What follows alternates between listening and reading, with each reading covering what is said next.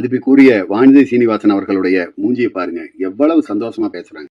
இதுக்கு மேல தேசிய ஜனநாயக கூட்டணி ரொம்ப ஸ்ட்ராங்கா போகுது. கூட இன்னும் ஸ்ட்ராங்கான ஆளுங்க வர போறாங்க. அதனால ஒண்ணும் நடக்க போறது இல்ல. நீங்க ஸ்ட்ராங்கான ஆளு யாரெல்லாம் நினைக்கிறீங்களோ நீங்க வச்சுக்கோங்க. கொஞ்சமாவது 41 பேர் இறந்துட்டாங்கிற வருத்தம் இவங்க கிட்ட இருக்குதான்.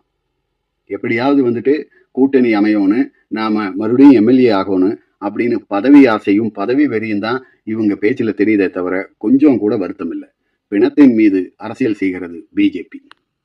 கரூர்ல நடந்த அந்த அசம்பாவிதத்துக்கு விஜய் காரணமே இல்லை, விஜய் பொறுப்பே இல்லை, விஜய் மேல எந்த தப்பும் இல்லை அப்படின்னா இப்ப எதுக்கு பிஜேபி கூட கூட்டணி சேர்ற சூழல் ஏற்படுது?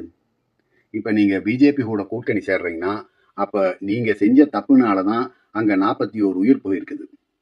அந்த பழியிலிருந்து உங்களை காப்பாத்திக்கிறதுக்காகவும் அந்த தண்டனையிலிருந்து நீங்க தப்பிச்சுக்கிறதுக்காகவும் இப்ப பிஜேபி கூட கூட்டணி சேர போறீங்க.